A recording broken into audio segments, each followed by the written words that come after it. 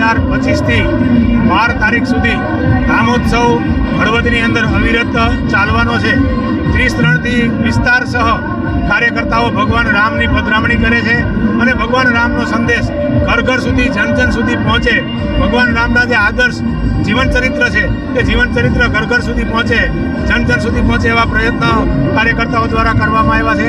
આજે 43 ડિગ્રી ગરમીમાં બપોરે 3:30 કલાકે હજારોની જનમેદની હળવદના મુખ્ય માર્ગો પર ઉમટી પડી છે અને હળવદ રામમય બની અને ભગવાન રામના વિચારો લઈ અને પાવન થઈ રહ્યા છે।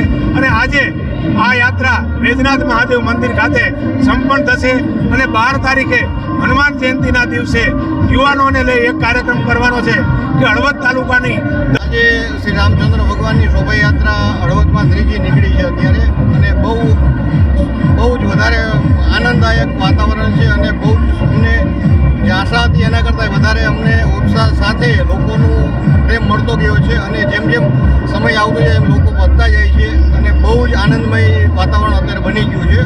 અને આ શોભાયાત્રા કાઢવાનો આશય શ્રી રામચંદ્ર ભગવાનનું જે ચરિત્ર છે એ આપણા જીવનમાં ઉતરે અને આપણા પરિવારમાં ઉતરે એના માટેના આ વસ્તુ આપણે શોભાયાત્રાનું આયોજન કરતા હોઈએ છીએ।